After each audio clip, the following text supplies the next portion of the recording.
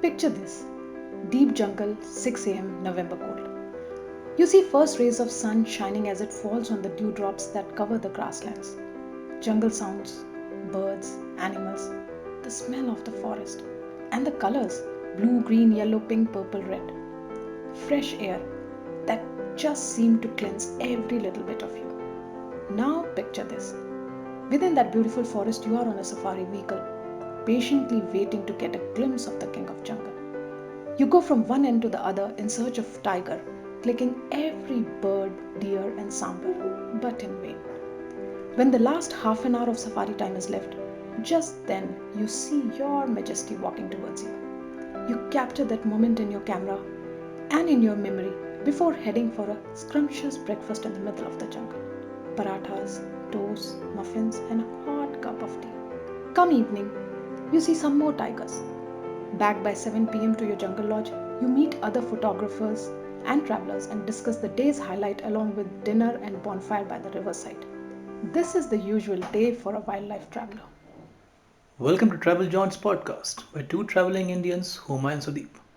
I'm excited because today we're going to talk about wildlife and national parks in India. Do you know there are 104 existing national parks and 566 existing wildlife sanctuaries in India, which roughly covers 5% of the geographical area of our country. We have almost 45,000 species of plants and 91,000 species of animals, including 350 mammals and 1,200 bird species. That's how abundant and rich our wildlife is. Wow, that's quite a lot. How did you develop interest in wildlife, Huma?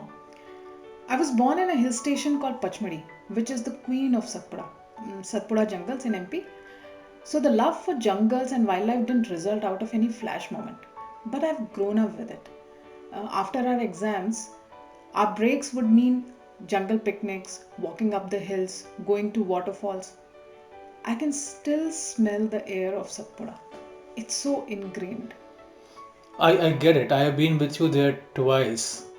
But moving on, where all have you been to in India? I have been to almost all major popular parks and sanctuaries in India. Bandhavgarh, Kanha, Pench, Satpura in MP, Tadoba Umred in Maharashtra, then in Rajasthan, Ranthambore in Javai, Nagarhole, Bandipur in Karnataka, Mudumalai, Masinaguri, Periyar in Tamil Nadu, Gir in Gujarat, Kaziranga, Nameri and Manas in Assam. I forgot Corbett in Uttarakhand, and some more. I don't think we have much left now, but given such a big list that you have, what would be your favorite, I say, top six wildlife destinations in India? Difficult to rank that ways, but we'll try. Say Corbett and Pench for jungle beauty, for Mhm. sure. Bandhavgarh, Tadoba for high chances of sightings. Gir for lions, Javai we did recently for leopards and very different landscape. Kabini would be a mix of everything, and it's nearer to Bangalore as well, so a big advantage. However, safaris in MP I found are more satisfying due to the safari time that you get, and also you get to have lovely breakfast in the middle of the jungle, just like in Africa. We have been together in many of these places, Sudeep. What would be your favorite wildlife moment? Well, my favorite wildlife moment would be at Tadoba, and I'll tell you why that is. I had a couple of my colleagues in US who were very eager to spot a tiger had come down to India, and I had to show them. So we thought of going to Tadoba, and we had booked four safaris over the weekend. Uh, Excited as we were, for the first three safaris, we had seen absolutely nothing. Lots of pug marks, lots of calls we heard, people saying tiger this way, that way, but we had absolutely no sightings. So much so that the US colleagues had got disillusioned and thinking whether they should do the fourth safari or prepone the flight to Bangalore and save some time. Somehow I could convince them to stay for one more, and even on that safari, for the first 3 hours, was again nothing. And it so happened that we were just sulking for our luck in one corner with no other vehicle around us, that we heard some calls and we said, oh no, here it goes again. But then suddenly a huge tiger came out. just in front of our jeep, and it was so close that the driver and the naturalist said, "Let's back up. We are too close." And as we were backing up, we saw another male tiger just behind us, perhaps 6 meters or so. Seeing two such huge tigers at the same time actually got my US colleagues nervous, and I could see their scare in the video recording. But it was like, what a moment. And it was not just that. After that, as we were turning around, and sometime we saw the famed Matkasur of Tadoba, who came out and actually walked in front of our jeep for the last, I think, 4 or 5 minutes. And even then, when we were going back towards the gate, we saw another male tiger chase a bear. So, what we didn't see for so many hours, we saw four male tigers in just, what, 30 minutes. That perhaps has been the best wildlife moment of my life, and I'm glad that my US colleagues witnessed that. Wow, that's interesting. Yeah, it was. So, this is how safaris go, and I think, Homa, you should share the basic safari tips before we proceed further. Yeah. So I would say plan your trip at least 3 to 4 months in advance, as safari slots are usually limited. Only a certain number of jeeps and canters are allowed by the government each day. Some parks allow you to book even 6 months in advance, but in parks like Tadoba at present, it is best to book within 2 months or less for best rates. So you can check this out on state government websites before you proceed. Then your ideal time for most jungle visit is from October November to May June. Summers being the best for sightings of animals around waterholes. Northeast it's little different. November to April is the best time. Then I would also say that safari is best experienced in an open jeep, Right. even compared to canters for the view and less noise, and even the ease of photography. So you should ideally try to book jeep safaris as much as possible. Uh, Importantly, appreciate the colors and sound of nature. Please wear greens and browns in jungle. No loud colors. We have seen people wearing yellow, red, and all. Then we have to keep a safe distance from wildlife and observe silence. No noise and disturbance to the wildlife. I would say that we should talk more at home when we are with the family than in the jungles. In jungle, we should simply learn to absorb. It's like meditating when you get to connect to the nature. Lastly, I would say about the photography. So, photography enthusiasts should take as many safaris as possible, and patience is the key, of course. Sudeep, you can talk about photography and the kind of gear you carry to wildlife destinations for our people who love to do photography. Okay, so as per me, there are four aspects of clicking pictures in national parks. The first one is zones and gates. Parks are divided into various zones, and certain gates allow you to be in certain parts of the park, or called zones. For example, in Kabini, there are two zones, zone 1 being the wooded zone, and zone 2 being the zone around the river and the water body. From experience, most tiger sightings happen in zone 1, though if you look at beauty, zone 2 is extremely beautiful. There are various websites and sighting indices available which collate sighting data on a daily basis from these national parks and publish indexes. So I would suggest that before you book your safari in a particular gate, look up these websites and indices to maximize the chance of spotting wildlife. That's the first point. The second point is about cameras, lenses, and what do you carry. Normally, any camera which has a higher FPS or frame per second, ideally at least 5 or more, would be a good camera to carry. A full frame camera captures more details compared to a crop sensor, and that's how cameras go. Since you will be spotting wildlife from a distance, you would require large lenses of 500 or above, and sometimes if you are even distant, then carrying converters, a 1.4x converter or a 2x converter, makes a lot of sense to capture. Since you are capturing from a distance at such a high level of zoom, a camera shake is very inevitable. So we carry what's called bean bags, maybe over tripods, because these could be kept into various positions in a car, and a lot of noise gets cancelled. That brings me to one more thing, that normally cameras, lenses, bean bags, tripods, etc. are a pretty expensive affair. to carry for wildlife photography. But nowadays, with many cities, we've got rentals which are available. So actually, if you just call up them and they say that you are going to a particular wildlife park, they will at least tell you what gear you should carry, and then you can actually rent out the whole gear at a fraction of a cost than what it would have costed you. So that's the second aspect about cameras and lenses. The third thing is about the park and timings. There is always a debate about morning or evening safaris. In my view, morning safaris give you the longest amount of time in the wildlife park, and hence you have the highest probability of spotting. But I have also seen from personal experiences that in the evening, when the dusk comes up and creatures being nocturnal in habit come out more easily. So it's not a question of morning or evening. I think it's a question of morning and evening safaris. And as a photographer, you should perhaps maximize your timing inside the park. It's also an experience that I have that open jeep safaris are much better for clicking pictures over closed buses or canters, because you get a lot of freedom to move around and also position your camera at a higher length, or at a lower fold on the jeep. Lastly, once inside the park, listen to the sounds around you.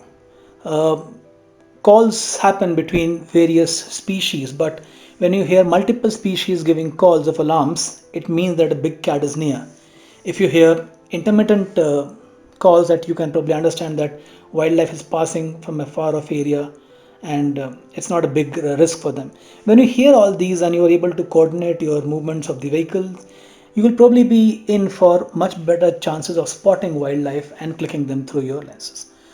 So here you are. These are the four things I believe help you improve your photography and clicking inside the wildlife park. Thank you, Sudeep. In fact, we would still call ourselves amateur photographers, so we'll soon do a special episode on wildlife photography and call some of our photographer friends who have spent considerable amount of time in these forests for a more detailed perspective. Now, let me get to our section called Cut the Clutter section, in which we address common FAQs just to help our listeners with some ready answers to plan their trip. Today, for wildlife, we would talk about when to go, how to reach, how to book a safari, popular zones, and where to stay for some of the destinations wherever possible.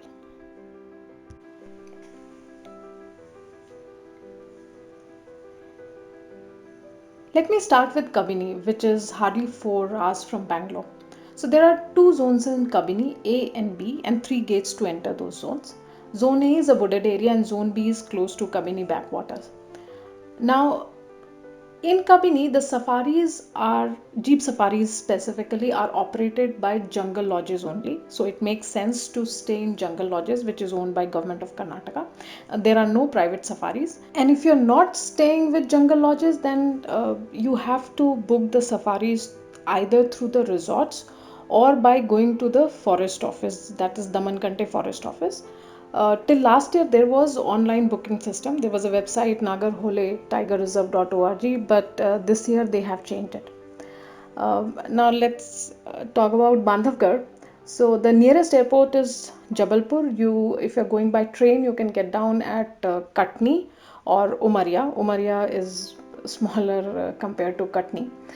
There are three core zones in Bandhavgarh: Magdi, Tala, Khitoli, and three buffer zones. Magdi and Tala are comparatively popular, but you have to, of course, as we said, check the sighting index to know exactly the sightings at that particular time when you're booking. Uh, for all MP forests, Bandhavgarh, Kanha, Pench, uh, you have to go to forest.mponline.gov.in website and you can book all your safaris there. You do get jeep safaris. You can book single seat, you can book full vehicle, depends. When it comes to Kanha, you can even go to Nagpur, Raipur, Jabalpur. So all these are near to Kanha. There are four core zones: Kanha, Kisli, Mukki, Sarhi, and four buffer zones. Kanha, Kisli, Mukki, all of those are popular, at least till last year when we went. Pench, of course, Nagpur is nearest, and there are 3 core zones in Pench: Jhamtara, Karmajhiri, Turia, and there are 2 buffer zones. Karmajhiri and Turia are little popular. Then comes Tadoba. For Tadoba, of course, Nagpur is the nearest airport, and if you're traveling by train, you have to get down at a station called Chandrapur CD.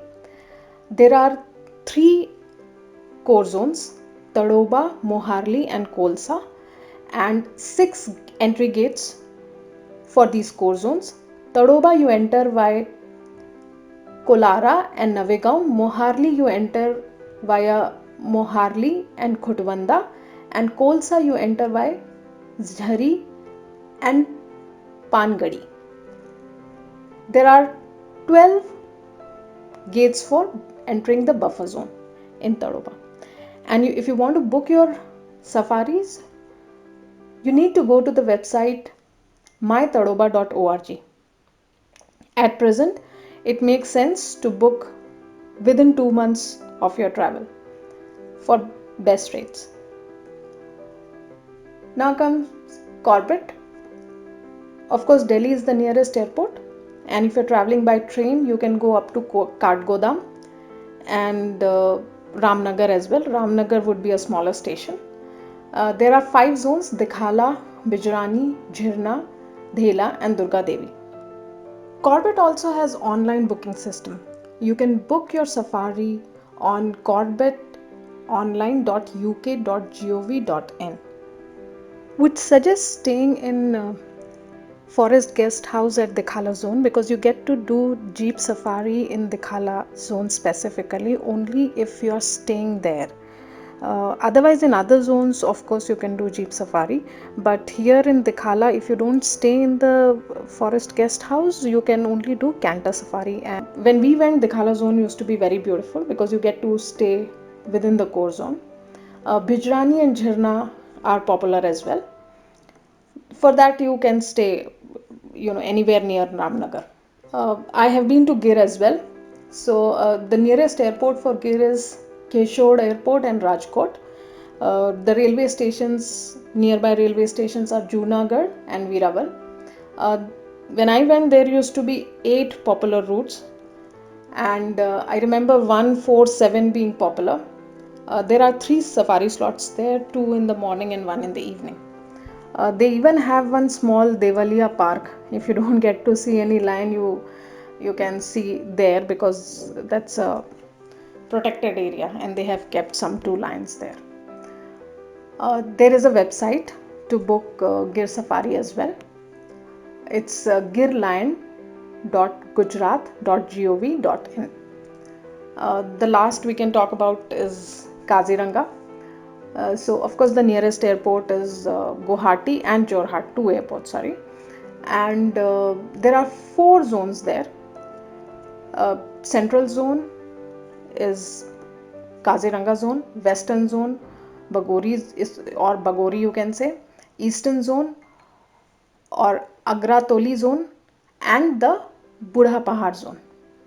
So the elephant safari happens in central and western zone, so hence they are popular too.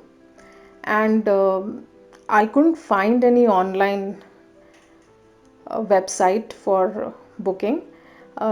I went some 3-4 years back, and I remember that we had done the safari bookings there itself a day before. So that's it. Lot of info for the time being. For other forests like Ranthambore and Javai, we'll perhaps do another episode. Anything else you would want to add, Huma? Yeah, I would say let's all genuinely respect jungles, wildlife, their habits and habitat.